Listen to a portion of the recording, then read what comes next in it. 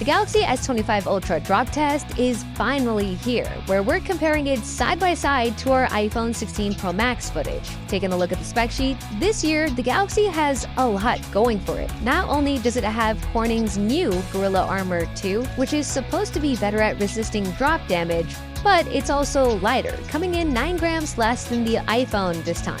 On top of that, it's using the same grade 5 titanium as the iPhone, where last year it was using weaker grade 2 titanium, and its frame now sits fully flush with the screen. Of course, the same thing could be said about the iPhone for those things, and at least when it launched, Apple said that the second generation of ceramic shield is 2 times stronger than the glass on any other smartphone. Will that be enough for the iPhone to pull off the win here, or will the Galaxy prove to be more durable?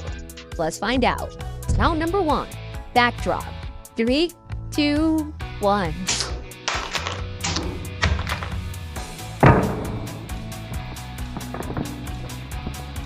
After that backdrop, the iPhone's rear glass shatters, while the Galaxy actually survives, with its glass being fully intact. As far as the damage goes, the Galaxy only suffers a few light scuffs to the metal frame and the camera housing, so pretty much as close to a perfect result as you can possibly get. While on the iPhone, it's pretty bad. Not just the shattering, obviously, but it also suffered this hairline crack on the telephoto camera. It doesn't actually seem to affect the camera's image quality, thankfully, but I feel like if Apple would have designed the camera to sit flush with the housing like Samsung did, the crack wouldn't have happened. But you know, either way, it's a big win for the Galaxy in round number 1. Round number 2, corner drop. 2, 1.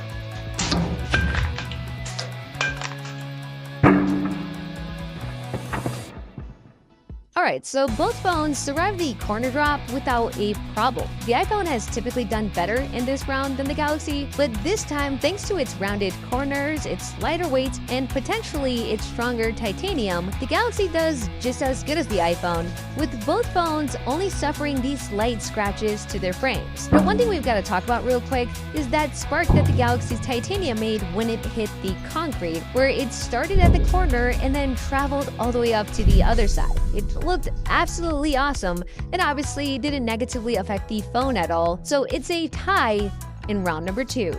Round number 3, face drop. 3, 2, 1.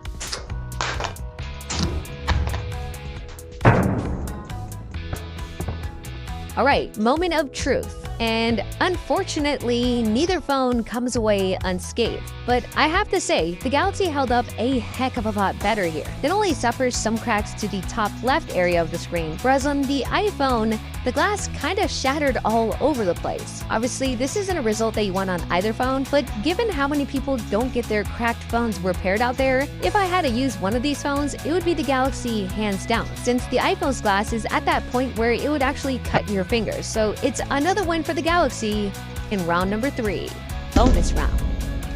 Okay, so with both phones remaining fully functional after our 15-point inspection, we move on to the bonus round, where we're testing each phone's impact and shock resistance, dropping the phones up to 10 times straight onto steel. 2, 1.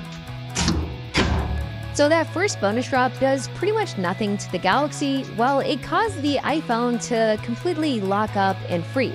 We had to restart the phone to get it to boot back up, after which it seemed completely fine. So a little bit strange, but we'll keep on going.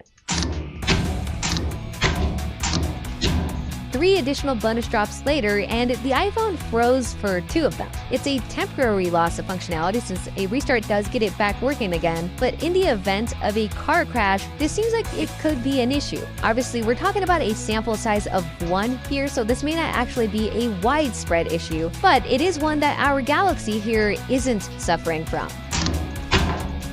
Oh no, so the sheer impact from that drop caused the rear glass on the Galaxy to crack. There's no telling if the same would have been true for the iPhone, since the iPhone's rear glass was cracked to begin with, and this just goes to show you how a phone can crack even if the glass doesn't make direct impact with the surface. But the good news here is the phones are still both working, so we'll keep on going.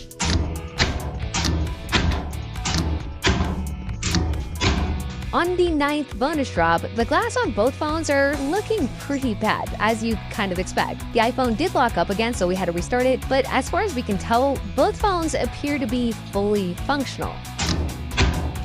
Oh man, so on the 10th and final bonus drop, both phones suffer additional damage. The iPhone gets this white strip that's going across its display, while the Galaxy's selfie camera completely fails. I'm not exactly sure when this happened since we don't go through our full 15-point inspection until after each round, but I do know that it definitely happened between the 5th and the 10th drop, with the results being the camera system only working through a workaround to get to the rear cameras, and since the selfie camera failed, it also means that the face unlock no longer works either. Alright, so with all 4 rounds in the books, let's take a look at the scorecard. In the first round, the Galaxy survives without cracking, giving it a huge advantage. In the second, the titanium frames on both phones only suffer minor scratches. In the third, the Galaxy's Gorilla Armor 2 holds up much better than the iPhone's ceramic shield. And then in the 4th round, while the iPhone did get that strip across its screen and lost functionality temporarily, the Galaxy lost permanent functionality in its selfie camera and face unlock, while also having its rear glass cracked. But in the end, it's still a